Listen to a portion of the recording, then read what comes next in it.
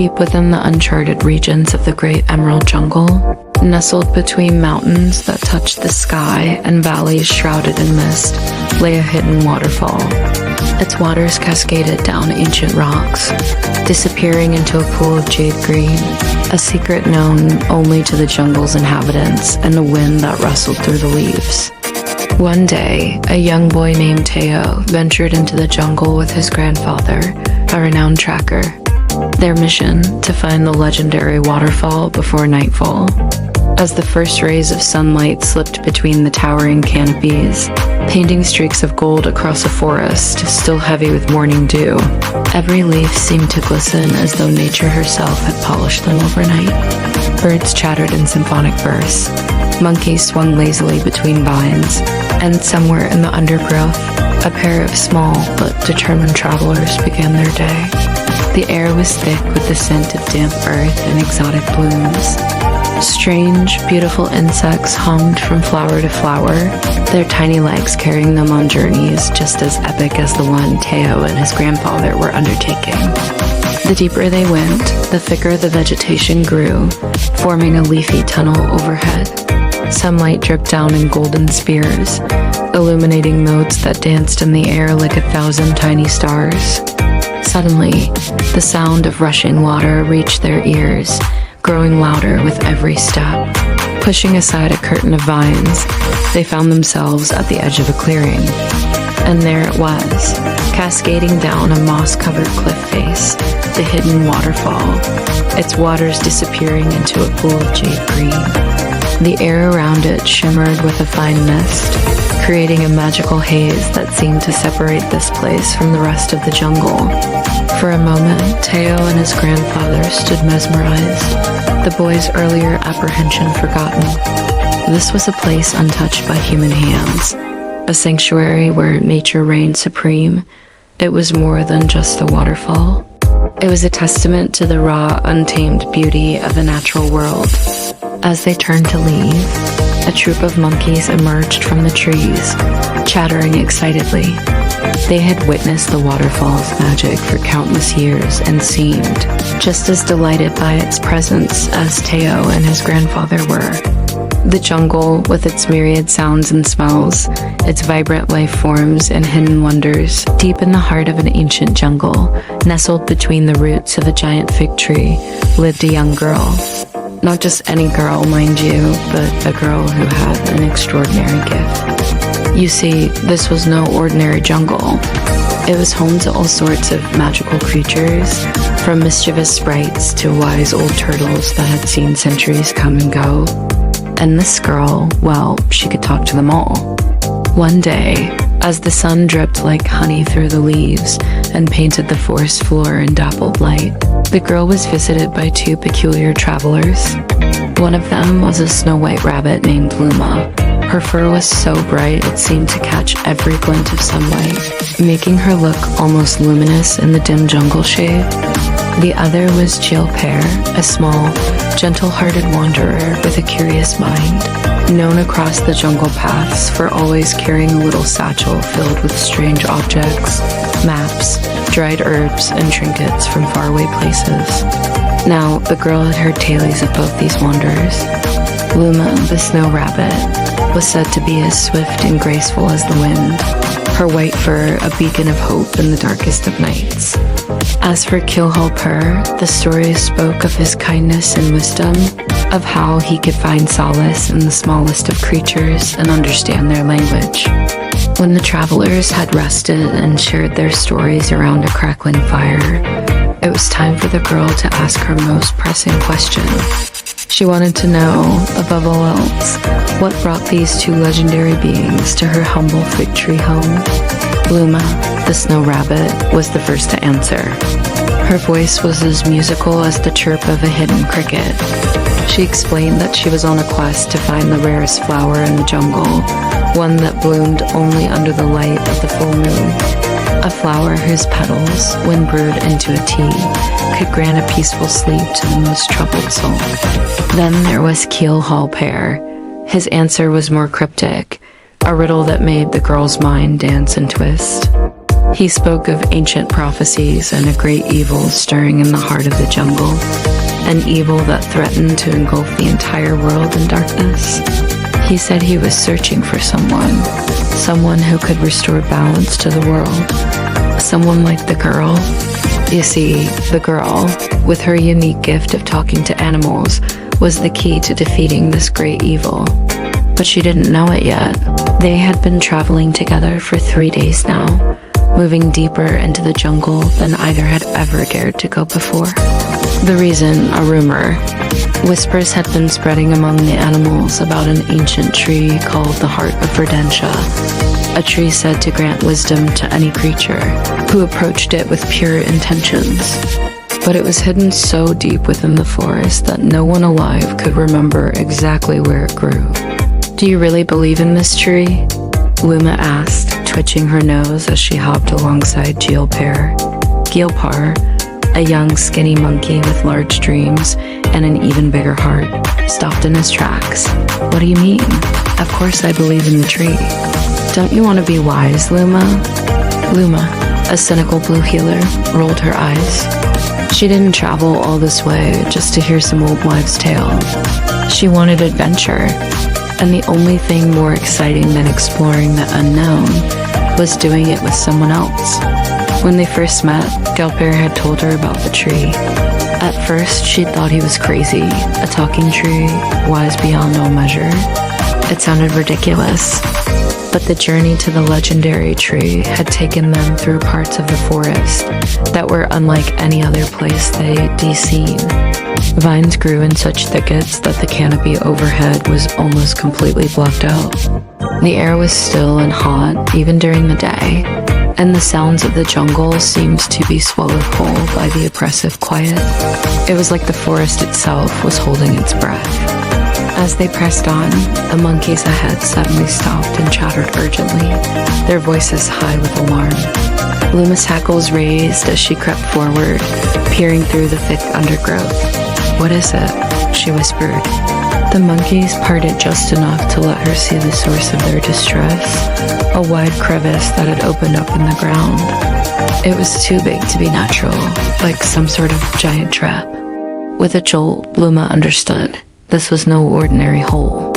It was the work of poachers. These must be the rumors she'd heard about traps being set around the forest. People were trying to capture the mystical creatures that lived here. She turned to Pare, whose face had gone white with fear. He was trembling so hard that his teeth chattered. With a sudden burst of energy, he grabbed Luma's sleeve and pulled her back from the edge of the pit. "We have to get out of here," he cried. But before Luma could respond, a low voice rumbled from above. "Trying to leave so soon, little monkey?" One of the poachers had climbed down into the pit and was advancing towards them. Pare whimpered, but Luma felt a surge of protective anger. Without thinking twice, she launched herself at the man, her sharp teeth and claws extended. He screamed in surprise and pain as she raked him from nose to tail. Biting down hard on his arm, she held him fast while Pare scrambled up the side of the pit. When they finally reached the top, Pare turned back to see if she was coming, but Luma wasn't there. In her place, perched on the edge of the pit, was a majestic snow leopard, her fur as white as snow, her eyes like glittering emeralds, and in her mouth, she held the man's knife. With a graceful leap, she landed beside them and nodded her head towards the poacher still threshing wildly at the bottom of the pit. "Take the knife," she said, her voice soft yet commanding. "He won't be bothering us anymore." Pare took the knife cautiously and looked at the leopard in wonder. "How did you?" She dipped her head in acknowledgement and then bounded away, melting back into the underbrush from which she'd come. As they watched her go, Pare turned to Luma, his eyes wide with admiration. "Wow," he breathed, "you really are amazing." But Luma, or what was left of her, only smiled faintly. It was nice to be admired, but all she could think about was how much fun it would be to chase butterflies in a meadow. The wind in her fur, the sun on her face, the feel of the soft grass beneath her paws. It sounded so peaceful. And then, As if in answer to her unspoken wish, they heard the rustle of leaves and the chirp of crickets. As the trees around them began to glow with an ethereal light, the wind whispered through the ancient tree, its leaves rustling like secrets shared between old friends. Geal sat at its base, her gaze fixed on the gnarled roots that had braved the passage of time. Beside her, Luma, with her vibrant eyes and untamed hair, looked every bit the embodiment of youthful curiosity. "Are we really doing this, Jill?" Luma's voice, filled with wonder, echoed in the clearing. "You promised me an adventure, and by the look of this tree, I'd say we found one." Jill smiled faintly. "I believe in what it stands for. The journey might be the real gift, Luma, but if the tree is real, maybe it can teach us something the world has forgotten." Luma tilted her head. "What's that?" "Kindness," Jill said softly. "Real kindness. The kind that can change not just one life, but the lives of everyone we meet." Luma's eyes, wide with understanding, reflected the wisdom that lay dormant within them. The ancient tree seemed to hum in agreement, its branches swaying in a silent symphony. As the hours slipped by, they talked not just about the tree, but about everything and nothing, their laughter echoing through the woods. They shared dreams, fears, and hopes, their bond deepening with each passing moment. Suddenly, Luma gasped, her fingers flying to her mouth. She pulled out a crumpled piece of paper from her pocket, its edges softened by countless touches. Unfolding it slowly, she revealed a faded map, its lines and symbols whispering tales of a forgotten time.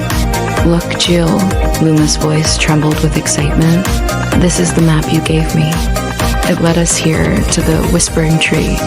Jill's heart swelled with warmth as she recognized her own handwriting on the map. It was a silly little test she had devised, a way to see if Luma would take the time to follow the clues she had left behind. And Luma had not only followed them, she had found something even more precious, a moment of connection amidst the chaos of their lives. They looked up, the map fluttering in the breeze, and saw that the sky had shifted from a brilliant blue to a canvas of fiery oranges and soft pinks. The sun, like a giant orange, dipped below the horizon, painting the clouds with hues of amber and rose. Hand in hand, they stood beneath the Whispering Tree, two souls connected by a bond that ran deeper than blood, cemented by shared laughter, dreams, and a kindness that transcended the boundaries of the ordinary. In the heart of the woods, where the ancient trees stood as silent sentinels of time, Geal and Luma found more than just an adventure. They discovered the enduring power of friendship and the magic that unforced path was never straight. Twisting vines and roots forced them to take detours. The ground was uneven. Sometimes it was marshy, sucking at their feet. Other times it was hard as stone, making their journey slow and painful. After an hour of travel, they reached a stream. It was narrow but fast-flowing. The water rushed and foamed over the stones in its path, making it difficult to cross. Luma hesitated at the edge. She wasn't fond of water, especially when it rushed and foamed like this. Jill knelt down. "We'll cross together," they said, holding out a hand. Luma looked at their outstretched hand, then at the raging water, then back at Jill. She knew she couldn't do this without their help. Taking a deep breath, she placed her hand in theirs. The water was freezing cold, but the worst part was the current. It pulled at her legs, threatening to sweep her off her feet. Fear pulsed through her, but Jill's strong grip on her hand kept her anchored.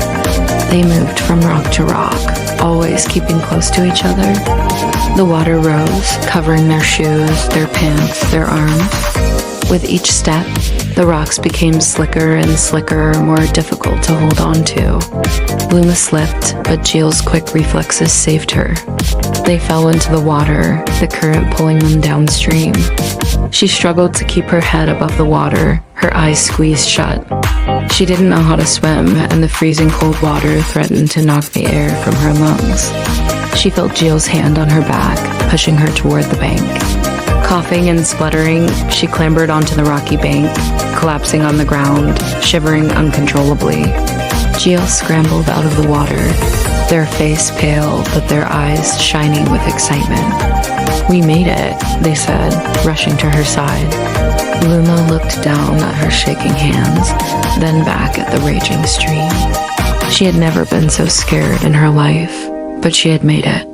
And she knew, with a certainty that went beyond logic, that it was because of Geal, because of their strength, their kindness, their courage. As they made their way through the forest, the shaking in her hands slowly subsided, replaced by a warmth that spread through her chest.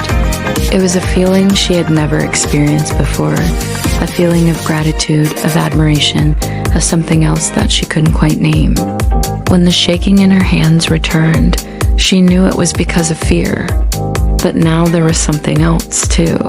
Something that made her want to be. The water was freezing, but Luma didn't care. She had to get to the other side of the stream to help Geal. Without thinking, she plunged right in. The current was strong, pulling her downstream. She struggled to keep her footing on the slippery rocks, but the water was too high and the banks were too steep. There was nothing she could do. Suddenly, she saw something. A small cave hidden behind a curtain of flowing water. Maybe she could hide there until the water receded. But as she neared the opening, she heard a loud hiss. A giant snake coiled inside, its scales shimmering like jewels in the dim light. Luma froze. She couldn't go forward. She couldn't turn back. The water was rising. Just then, Geal appeared at the entrance of the cave. "Luma, I found something," they shouted over the roar of the water. "Come help me."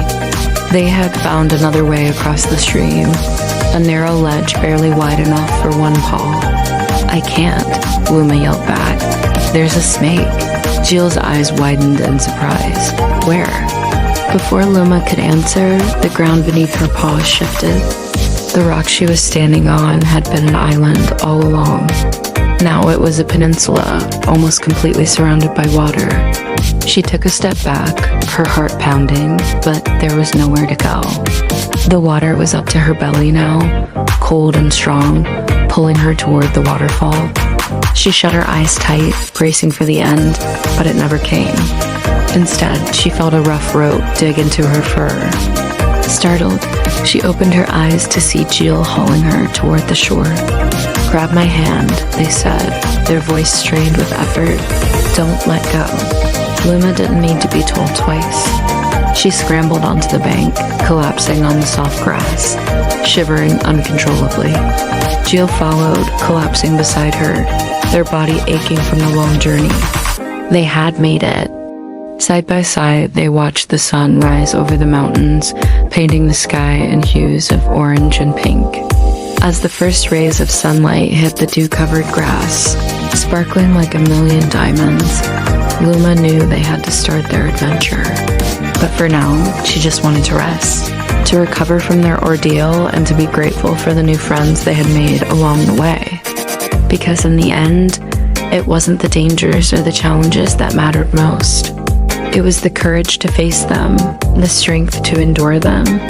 And Luma and Geal stood frozen on the narrow ledge, the wind whipping their fur until it was hard to see the world clearly. The icy water of the river below churned and foamed, a hungry, biting beast ready to swallow them whole. In that instant, Luma made a choice. She darted forward and nudged Geal's boot from behind, helping them leap to the next rock. Her own paws slipped, and for a second she thought she'd be swept away, but Geal caught her, pulling her to safety. They stumbled together, two soaked and shivering cats on a rock in the middle of a raging river, safe but not out of the woods yet. They had to get to the other side, and fast. The rising water was already lapping at their paws. Geal shook his head, trying to clear the blurry vision that threatened to pull him under. He could have sworn they were on dry land a moment ago. How did they get here? Why did they cross the river? Was he mad? He looked at Luma, worry twisting his gut. She wasn't injured, was she? Luma licked his face, her green eyes shining with amusement. She was enjoying this. The thrill of the chase, the taste of freedom, the joy of being alive. She loved days like this, and she knew just how to make the best of it. She darted forward again, weaving between the rocks, leaping over fallen trees, always staying just out of his reach. She was too quick for him, too agile, too sure of herself. And as he struggled to keep up, he couldn't help but feel a grudging admiration for her. She was right. Staying still wasn't an option. They had to keep moving. Forward he went, following her lead, taking one paw at a time. The water was freezing cold, but it didn't matter. Adrenaline surged through his veins, chasing away the numbness. He could do this. He had to do this. Not just for himself, but for Luma too. They scrambled up a muddy bank, collapsing onto the soft earth, safe at last. The rain had stopped, leaving behind a world washed clean by the storm. The river, though swollen and dangerous, was a lifeline, a source of new life, teeming with fish. As they made their way home, their muscles aching and their bones leaden, they knew they'd never forget this day. They had stared into the abyss and come back. They had faced the raging river and found each other. They stood on the far bank, dripping slightly from the spray, breathing heavily. Geal smiled again, a smile filled with quiet gratitude. "You saved me," they said. Luma shook her head. "I didn't do anything. You were already amazing." He chuckled, a low rumble in his chest. "You saved me," he said, gesturing to the river between them. "I wouldn't have known what to do." "I can't swim." "Me neither," she admitted, then took a step closer. "But I'm glad we both made it out okay." He nodded, his eyes sweeping over her, taking in the wild look in her eyes. The dripping strands of hair plastered to her forehead, the way her chest rose and fell with each breath. He cleared his throat, suddenly feeling self-conscious under her intense gaze. Listen, he stammered, taking a step back. She tilted her head, a playful smirk tugging at the corner of her lips. "You what? You were gonna ask me out again?" He blushed, his fingers curling into fists. No, of course not," he muttered, kicking at a loose stone. She stepped closer again, her eyes boring into his. "Are you sure?" He swallowed, his heart pounding against his ribs like a trapped bird. I just thought maybe you should go back to your village. I mean, you must want to tell your people you survived, right?" She remained silent for a moment, her eyes searching his. "Why don't you come with me?" she finally whispered. He blinked, surprised by her sudden question. "What?"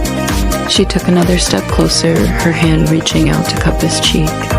Her thumb gently brushed against his jawline, sending shivers down his spine.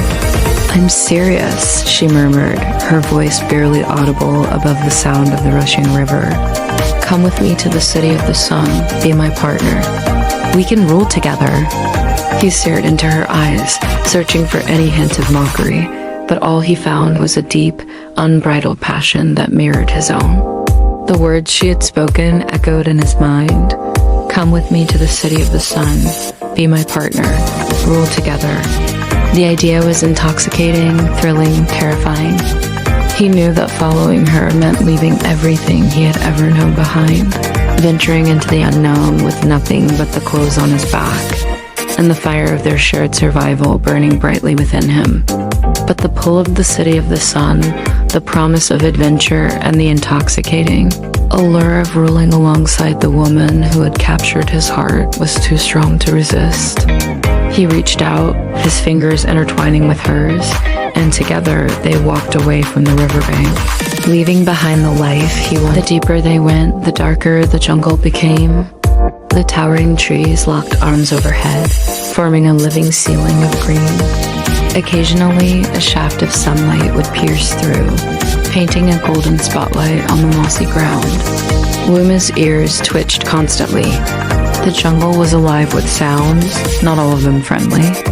Rustles in the underbrush, the low, distant call of something large, a flutter of wings that vanished before she could turn her head. She quickened her pace, pulling her cloak tighter about her shoulders. Her companion, a stocky jungle troll with moss growing on his upper lip, grunted in response.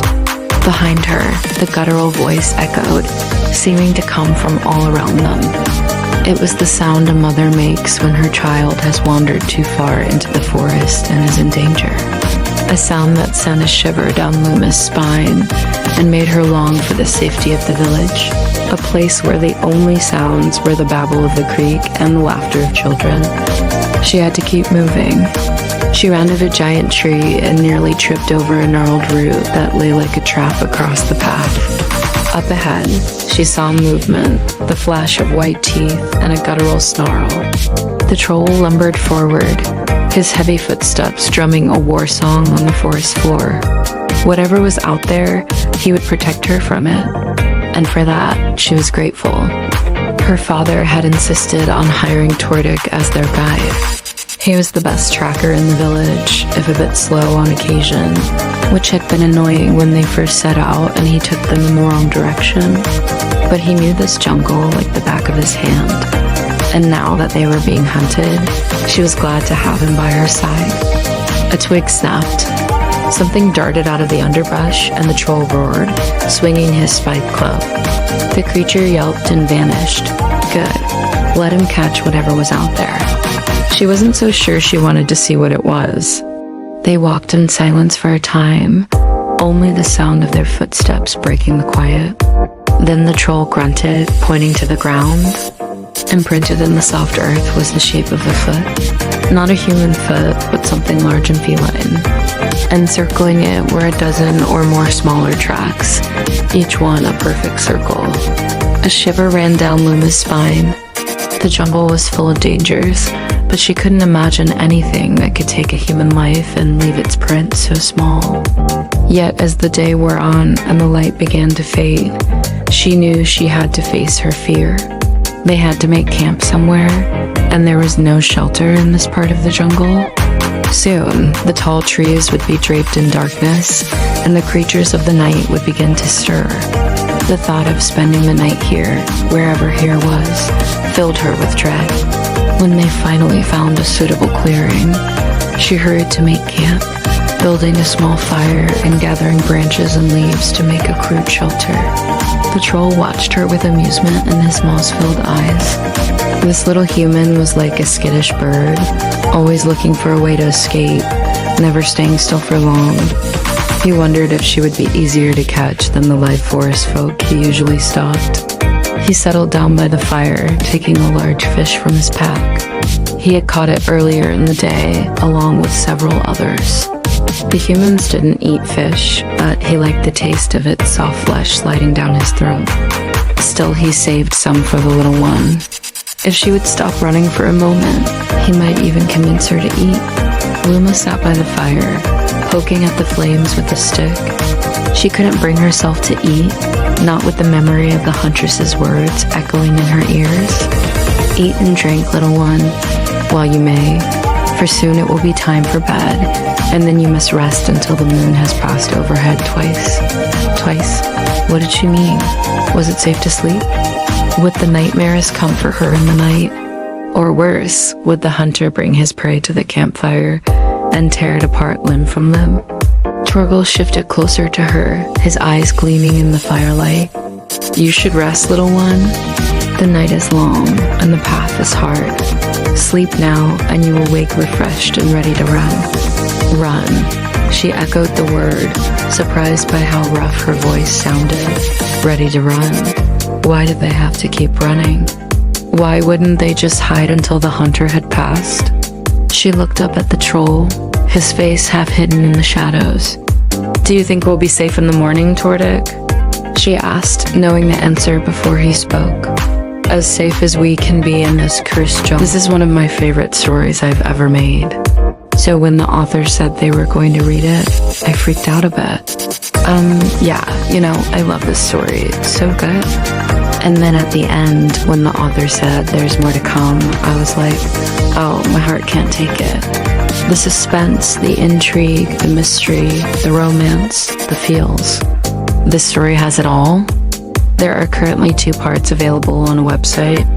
Let's jump into chapter 1. Geal pare walked steadily, but their eyes scanned every shadow. The heart of Verdantia won't be unguarded, they murmured. Legends say the jungle itself tests those who seek it. Before Luma could ask what that meant, a soft thud echoed ahead of them.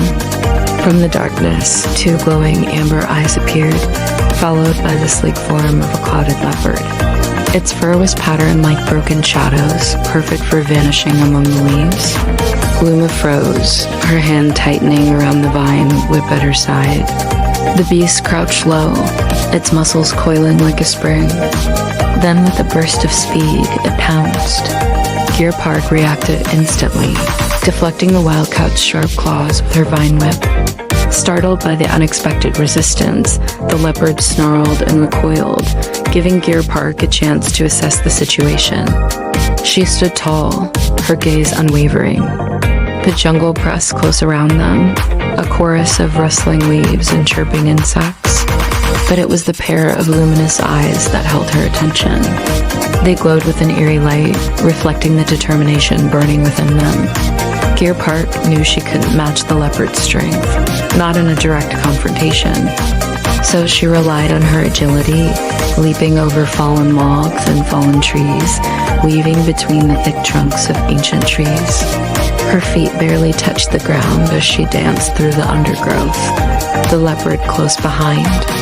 The chase led them deeper into the emerald labyrinth. Vines as thick as pythons hung like green serpents, and the air grew heavy with the scent of damp earth and decaying wood.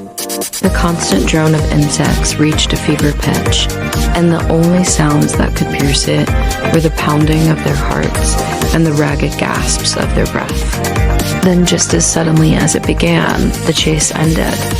The leopard stopped in its tracks, its eyes narrowing. Gear Park, leaning against a moss-covered tree, tried to catch her breath. "Why did you stop?" she whispered, her voice hoarse from exertion. The jungle seemed to hold its breath, the silence deafening. Then the leopard took a step forward, and in that instant, Gear Park saw not a ferocious beast, but a creature weary from a fruitless chase, its own breath coming in ragged gasps. The jungle pressed in around them, a living, breathing entity that had witnessed countless such encounters before. And in the stillness, Gear Park understood that the jungle itself was testing her, judging her worthiness. With a deep breath, she straightened, meeting the leopard's gaze. She wasn't just a fierce warrior. She was also a seeker of knowledge, a learner, and she would not be deterred. The leopard watched her, its eyes gleaming with understanding. Then it turned and melted back into the green shadows, disappearing as silently as it had come. Gear Park stood tall, the humid air clinging to her skin. She was alone once more, but the silence now felt different, charged with a new energy. With renewed determination, she pushed forward, eager to uncover the secrets that lay ahead. Verdantia's heart, a legendary artifact said to hold immense power, was said to be hidden somewhere within the Emerald Labyrinth, the uncharted heart of the verdant jungle. For centuries, intrepid adventurers and treasure hunters had ventured into the labyrinth's depths, but none had ever returned to tell the tale. Golo Pura was different. Driven by an unquenchable thirst for knowledge and a determination to unravel the mysteries of her world, she had braved treacherous terrains and battled fearsome creatures, always pushing deeper into the emerald embrace. Now, after weeks of arduous travel, she stood at the edge of the Whispering Falls, a majestic waterfall that thundered down a sheer cliff face, its spray creating a perpetual rainbow. Legend spoke of a hidden path behind the falls, a gateway to the inner sanctum of the jungle, where Verdanti's heart lay concealed. Taking a deep breath, Gear Park stepped into the cascading water. The icy torrent washed over her, momentarily stealing her breath. But as she emerged on the other side, she found herself in a secret grotto, a place untouched by the outside world. There, nestled among the ferns and vines, lay a narrow opening. With a determined nod, she pushed through the foliage, entering a passage that promised adventure, danger, and perhaps, just perhaps, the discovery of a lifetime. I hope you enjoyed the story so far. If you did, don't forget to show your support. The leopard stepped into their path, tail swaying lazily. It didn't growl, but simply stood there watching. Luma's heartbeat quickened. Geal, what do we do? Geal didn't reach for a weapon. Instead, they knelt slowly, taking something from their satchel. When they straightened up, revealing what they had taken, Luma felt a surge of both admiration and despair. There was nothing there that could defeat a leopard, not even a dull machete. But there was also nothing that could appease a hungry leopard except maybe the offering that Geal was about to make. With a deep breath, Geal set the bundle down on the ground between them and the cat. The leopard tensed, ears swiveling, then lunged. Not at the bundle, but at them. Geal yelped, stumbling back as the leopard knocked them over. The impact sent the bundle flying. Geal braced for pain, but it never came. The leopard had knocked them over, sure, but it hadn't attacked them. It was sniffing their clothes, its head close enough to Luma that she could see the muscles rippling beneath its sleek coat. It smelled them, trying to decide if they were worth the effort. Luma held her breath, hoping Geal would stay still, and whatever the leopard decided, she was going to try and talk it out. But Geal thrashed. They tried to scramble away, but the leopard grabbed them by the shirt, yanking them closer. Then it did something that none of them had expected. It licked their face. "I told you," Luma said, her voice shaking. "I told you it would be okay." Geal pushed the leopard away, scrambling back. Now that they were a few paces away, the leopard let go of their shirt. It took a step back, then another, then turned and disappeared into the underbrush. As soon as it was gone, Geal collapsed, slumping against a tree. They were shaking, eyes wide with a mixture of fear and confusion. Luma rushed to their side. "Are you all right?" Geal looked up at her, then at the spot where the leopard had disappeared. "What? What just happened?" Luma sat down next to them, placing a comforting hand on their shoulder. "I think it wanted an offering, but you weren't giving it what it wanted. That's why I told you to stay still when it approached us. If it wanted to eat us, we would have been easy prey. It could have easily torn us apart, but it didn't. I believe it spared us because of the bundle." Geal nodded slowly, still clearly shaken. "Do you really think so?" "Because I thought for sure it was going to tear me apart after it knocked me over. I was certain I was going to die right there." Luma squeezed their shoulder. "You were scared, but I saw what I was doing. It wanted something, and it wasn't afraid to ask for it. I don't think it wanted to kill us. I think it just wanted our food." They spent the rest of the day traveling through the jungle, keeping a wary eye out for leopards. Neither of them spoke much. They were both still tense, still on edge from the encounter. And as night fell, they found themselves hugging each other for comfort, seeking warmth in the close space between them. Neither of them admitted how terrified they had been, how close they had come to being ripped apart by a hungry predator. But as they drifted off to sleep, they knew one thing for sure: they had survived. And in the end, that was all that mattered. Luma woke to the sound of birds calling and the feeling of sunlight on her skin. She opened her eyes and immediately tensed, expecting to see a leopard staring back at her, but there was nothing there except trees. She looked over at Geal. They were still sleeping, their chests rising and falling steadily. Luma smiled, relief washing over her. Whatever danger lay ahead, they would face it together. For now, though, she was grateful just to be alive. She watched Geal for a moment, taking in their peaceful expression, the way their hair was tousled by the wind, the gentle rise and fall of their chest. Luma couldn't help but feel a sense of gratitude for this moment, for the beauty that surrounded them, for the fact that they had survived. Despite everything, they were still here, still together. And as she leaned over and brushed a stray strand of hair from Geal's face, Luma and her little brother Geal sat on the riverbank, hugging their knees to their chests. Across from them, a leopard stared intently at the fish bundle in their hands. For a long time, all that could be heard was the buzzing of insects and the distant drumming of a woodpecker. Then the leopard twitched an ear. It stepped forward and sniffed the bundle. The smell of smoked fish drifted into the humid air. "This was for our dinner," Luma whispered. "It's for peace now," Geal said. The leopard stared at them for a moment longer, then picked up the fish bundle gently in its jaws. Without a sound, it melted back into the shadows, gone as if it had never been there. Luma and Geal watched the spot where the leopard had disappeared until their eyes, wide and glistening, met their mother's worried gaze. "Come," their mother said, taking their hands. "It's not safe here anymore."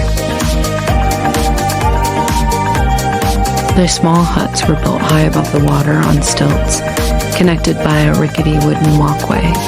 Their mother unlocked one of the huts and ushered them inside. "What happened?" whispered Luma, her heart still pounding. Their mother sat on the edge of the raised platform that served as their bed, and the two children climbed onto it beside her.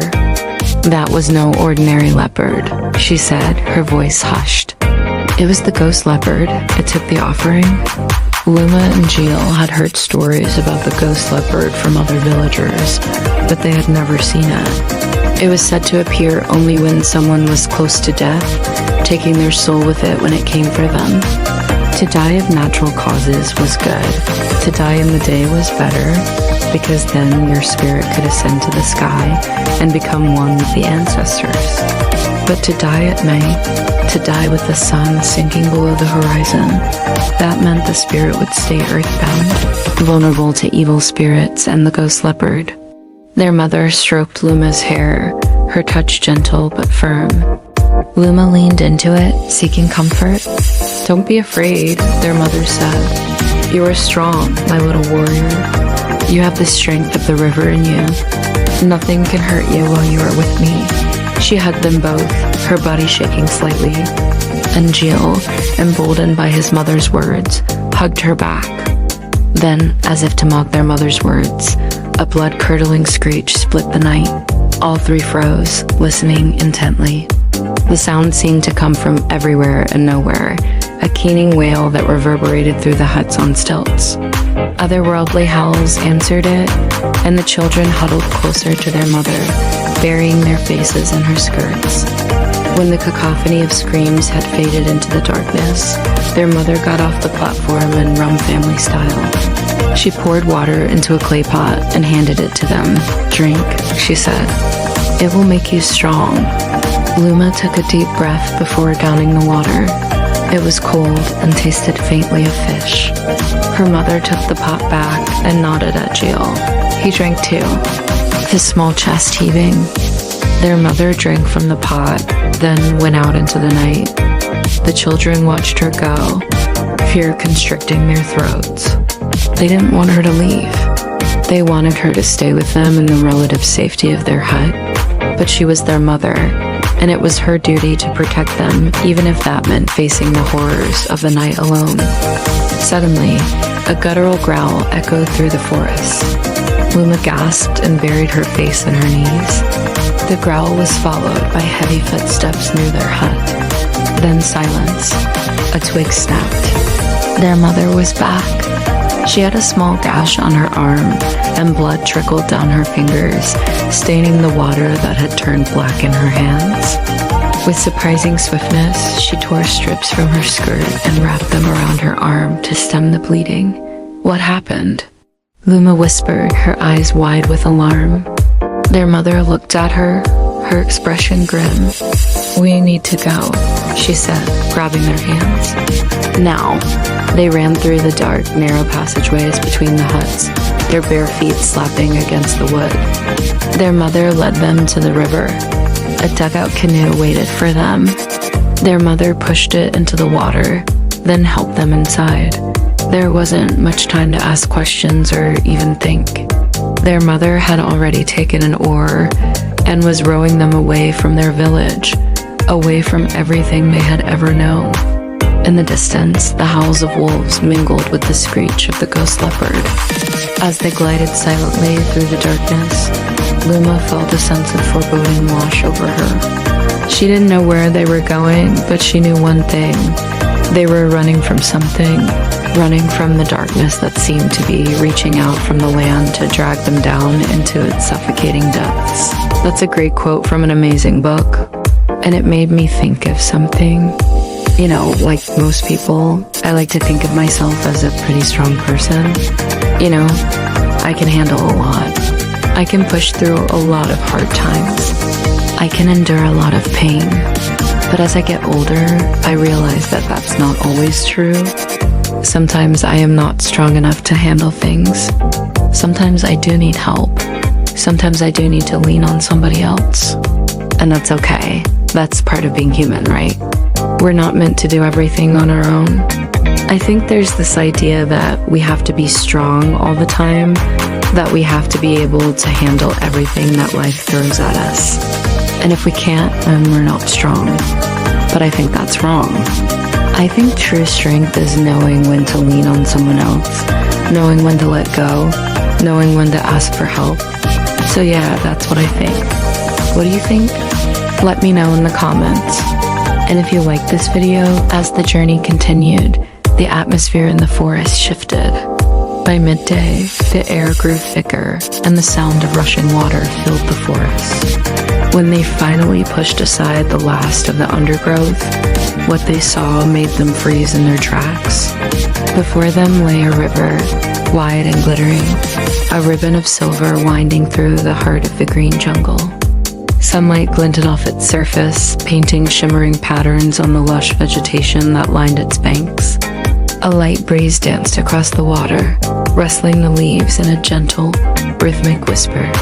The scene was both beautiful and serene, yet there was something about it that seemed just a little off. Cautiously, the explorers approached the riverbank.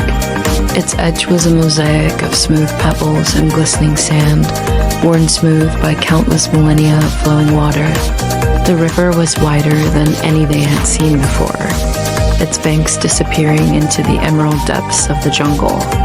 It was as if this place had been untouched, a hidden gem in the vast, wild canvas of nature. "This is incredible," breathed one of the explorers, their voice echoing with awe. "I can't believe we haven't found this place before." Their companions nodded, their faces a mixture of wonder and caution. They had been exploring these jungles for weeks, searching for lost relics and forgotten cities. But this discovery, this magnificent river, was truly something special. Yet as they stood there taking in the breathtaking view, a strange unease began to creep upon them. The tranquility of the scene was shattered by an unnatural sound. The water, instead of flowing steadily, was moving in strange, hypnotic swirls. It was as if some unseen force was churning the river, creating eddies and currents that seemed to have a life of their own. As the wind shifted, they heard it again, a sound that sent shivers down their spines. It was the sound of rushing water, but it wasn't the gentle murmur of a nearby stream.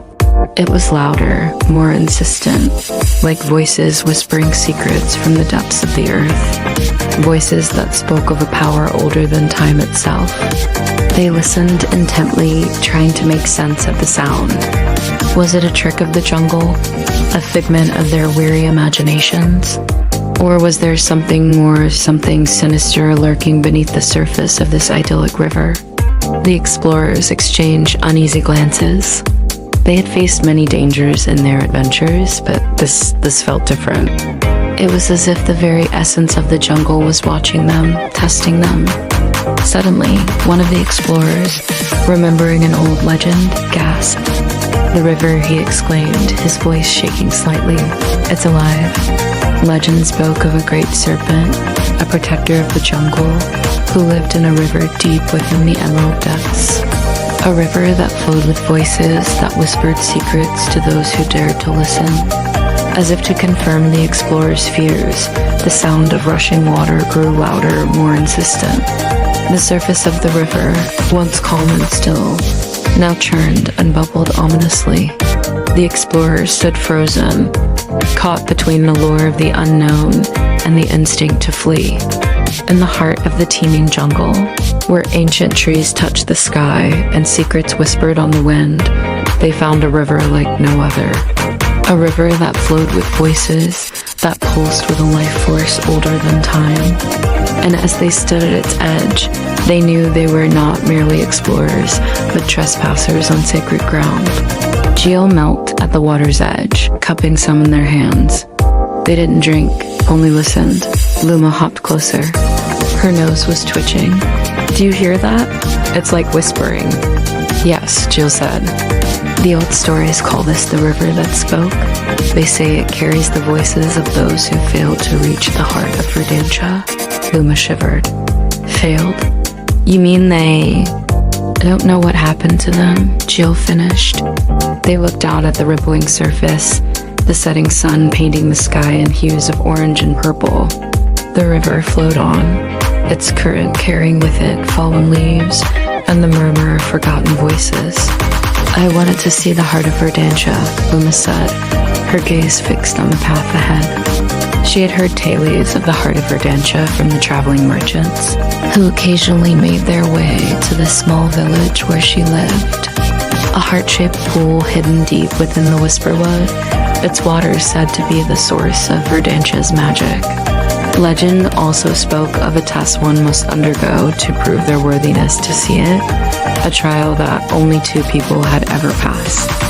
Geal knew the stories too, but they had never believed them. Not until now. They stood up, brushing off their knees.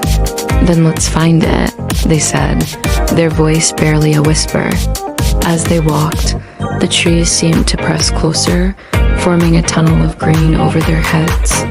The air grew heavy, laden with the scent of pine and something else, something sweet like nectar. The path became uneven, forcing them to slow their pace. Soon, the trees began to thin, and the sound of rushing water filled their ears. Then they saw it, a clearing bathed in moonlight, a river in the center, its surface shimmering like 1,000 diamonds. And at the end of it, nestled between 2 rocks, was a pool shaped like a heart. Verdantia's heart. Luma gasped. "It's beautiful," she breathed, rushing forward. But Geal grabbed her arm, pulling her back. "Wait," they said. "The story said there would be a test." Luma frowned.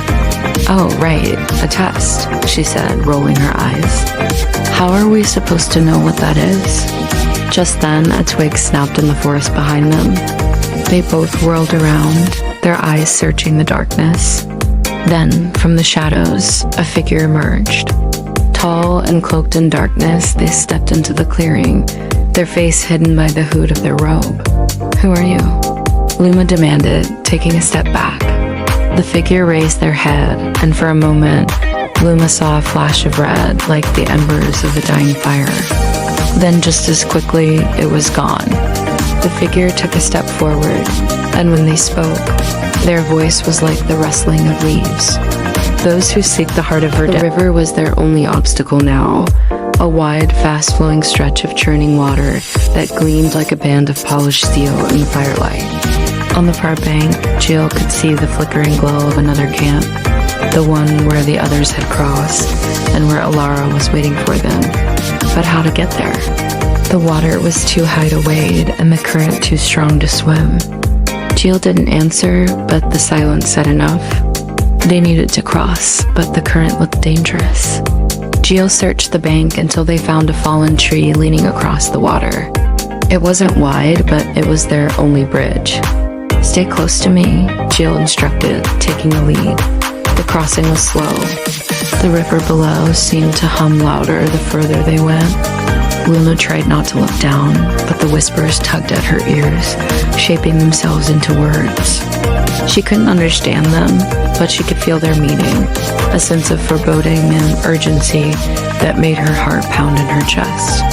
geal walked ahead of her, their face grim, their eyes fixed on the path in front of them. Every so often, geal would reach out, not to touch her, but to brush away a leaf or a twig that threatened to fall into the water and be swept away forever. When they reached the middle, the whispers grew louder, mingling with the roar of the current. For a moment, Luma thought she saw something beneath the surface, a dark shape that seemed to rise up towards them, drawn by their passage. Then just as quickly it was gone. On the other side, the bank rose sharply, making the crossing even more treacherous. The tree leaned out over the deep water, groaning under the stream. One wrong move, one stumble, and they would be swept away into the churning depths. Luma felt a sudden lurch in her stomach, a premonition of disaster. She wanted to speak, to ask what if, but no words came out. Instead, she reached out to Gray, her fingers digging into his arm, anchoring her to the present, to the real. geal stopped and turned, their face creased with worry. In that silent moment, the whispers ceased, leaving behind an eerie quiet. And then, as if in response to geal's question, the shape beneath the surface of the water surged upward, breaking through the current to emerge right beneath the tree. It was a horse. Its coat was the color of mud, its mane and tail, two tangled ropes of seaweed. Its eyes, large and luminous, stared directly at Luma, and its nostrils flared, emitting a stream of bubbles that rose to the surface and popped. Luma gasped, stumbling back. Fear coiled in her stomach, squeezing tight. She wanted to run, to scream, but her feet were rooted to the spot, her voice caught in her throat. geal stepped in front of her, shielding her with their body. Their expression was unreadable in the firelight, but Luma could feel the tension radiating off them, the way their muscles tensed, their grip tightened on the branch. Then, to Luma's astonishment, geal relaxed, their shoulders slumping in relief. They gestured to the horse, then to the bank, their voice low and urgent. The horse whinnied, pawing the water with its hoof. Then it did something that made Loomis's jaw drop. It reared up on its hind legs and reached out with its foreleg, pushing against the tree, helping them to reach the other side. As they moved, the horse shifted, sliding into the water to create a path for them, guiding them, protecting them. Relief flooded through Luma, washing away the fear and apprehension. But it was short-lived. As they scrambled onto the bank, the whispers began anew, slithering around them, coiling in their ears. This time, Luma could make out the words, or at least some of them. They were warning her, telling her to run, to hide, to turn back before it was too late. But what was too late? What were they afraid of? She looked back at the river, at the spot where the horse had emerged. But the water was still and silent now, giving no hint of what lay beneath the surface. Had it been a figment of her imagination, a trick of the light and the shadows?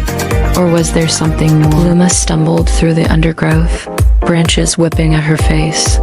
Behind her, the voices grew louder, their taunts echoing through the trees. "Turn back," they hissed. "The jungle will take you," warned another. "You do not belong here," sneered a third. She shook her head, pressing forward. The voices were getting to her, but she couldn't let them win. Not this time, not after coming so far. She risked a glance over her shoulder. The clearing where they had camped was fast disappearing into the green gloom. And there, silhouetted against the fading light, were geal. Their grip had tightened on the log they were using as a bridge across the stream. "Geal," she called out, her voice tight with worry. Geal's voice was strained. "I hear them too. Voices from my past," they whispered, their body trembling like a leaf in the wind. Luma's heart clenched. She knew that look. She had seen that haunted expression in her own reflection when the whispers had first started. If geal froze now, they would fall. Without thinking, Luma darted ahead and reached out, catching geal's hand the second before their fingers went numb with cold and the log they were gripping slipped from their grasp. Gasping, geal slumped against her, their eyes wide and luminous in the gathering darkness. "Luma," they breathed, their voice thick with emotion. "I thought I'd lost you." Luma swallowed, her throat tight. She pulled geal upright, their legs stiff from sitting for so long. Then, gathering her courage, she squeezed their hand and said, "We need to keep moving." "They can sense fear, geal. If we stop, they'll be here in an instant." Gently, she pried Geal's hand from the dead leaves that had caught on them and started pulling them along the narrow path. The voices moaned and gnashed their teeth, but now they sounded distant, muffled. Like they were underwater. Good. She had bought some time, but how much? They pushed on, the forest floor soft and springy beneath their feet. The air grew cooler, damper. Towering trees closed ranks overhead, shrouding them in an eerie silence, broken only by the frantic thump of their hearts. Then geal stopped, their eyes wide with alarm. "There," they whispered, pointing to a wall of tangled vines and creepers that stretched across their path. "What do we do?" Luma hesitated. She could feel the whispers growing louder now, slithering around her legs like icy snakes. "There has to be a way through," she murmured, searching for a break in the foliage. "If we stay here, we're trapped." As if in answer, a low growl rumbled through the trees, sending a fresh wave of panic through her. Something large and predatory was close. She could feel its hot, fetid breath on her neck, hear the scrape of its claws on bark. Suddenly, she spotted a break in the vines, a dark opening between the trunks of two ancient trees. It looked like a gateway. With a last desperate glance over her shoulder, Luma seized Geal's hand and plunged into the darkness. Behind them, the growl grew louder, more insistent, and then a pair of luminous eyes appeared in the gloom, peering at them through the leaves. Then, with a final ear-splitting screech, a huge shape launched itself from the undergrowth and landed on the bridge, its claws scrabbling for purchase on the rotting wood. Luma and Geal stumbled on, their pace quickening, the stench of the creature heavy in the air behind them. The passageway opened up into a small clearing, and Luma, without thinking, veered sharply, pulling Geal with her. The creature landed heavily on the ground, sending a spray of leaves and dirt into the air. It shook itself, and with a sinuous movement, glided into the trees after them. Safe at last, Luma collapsed against a nearby rock, her whole body trembling with exertion and fear. Geal slid down beside her, their shoulders heaving. "Do you think it saw us?" They whispered, their voice tight. Luma shook her head, too shaken to speak. She could still hear the creature moving through the trees, its heavy tread a drumbeat on her nerves. Then, as suddenly as it had started, the sound faded away. Luma and Geal stayed huddled together for a long moment, listening to the retreating rustlings in the undergrowth. When they finally dared to move, it was only to find that they were alone. The river was shallow, no deeper than Geal's knees. But he didn't care. He kept his eyes fixed on the opposite bank, willing his legs to move faster. Behind him, the cacophony of drums grew louder. Soon, he could make out the shapes of the men who had chased him here. Their leader, Big Ben, was almost upon him. Just then, a low voice slithered into his ear. "Give up, Geal. You can't escape what you are." Startled, Geal flinched. The voice seemed to come from nowhere and everywhere at once. Big Ben was upon him, his face twisted in a snarl. "I have you now, you cursed animal." He raised his spear, but Geal reacted instinctively, lightly headbutted Geal's leg. "Don't listen," boomed a voice from behind. Startled, Geal turned to see an old, wizened man emerge from the trees. He beckoned with a finger for Geal to keep moving. Though confused, Geal didn't hesitate. He had to get away. The old man's words echoed in his mind. "The river can't know who you really are." Geal blinked, snapping back to focus. The river wouldn't know who he really was. That was true. The river didn't care about his past, his mistakes, or who his father was. It just was. And in that moment, He realized the river was right. The voices in his head, they didn't define him. He didn't have to be the monster they said he was. With renewed determination, geal waded into the water. The current was strong, pulling him downstream. He didn't struggle against it this time. Instead, he let it carry him, letting the water wash away the doubts and fears that had been weighing him down. As he moved, he could hear the sounds of the chase from behind, the crashing of footsteps, the angry shouts, but he didn't care anymore.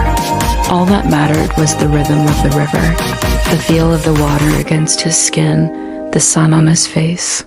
For the first time in a long time, he felt truly free. Finally, he reached the other side. Coughing, sputtering, he stumbled onto the bank. The old man was waiting for him, his eyes twinkling. "Not so scary now, is it?" he asked with a smile. Geal managed a weak smile in return. The old man clapped him on the shoulder. "You have learned well, young one. Remember what the river has taught you." Then with a final wink, he disappeared back into the jungle. Geal stayed by the river, letting the feeling of peace and freedom wash over him. The jungle had taught its second lesson. The most dangerous voices were not always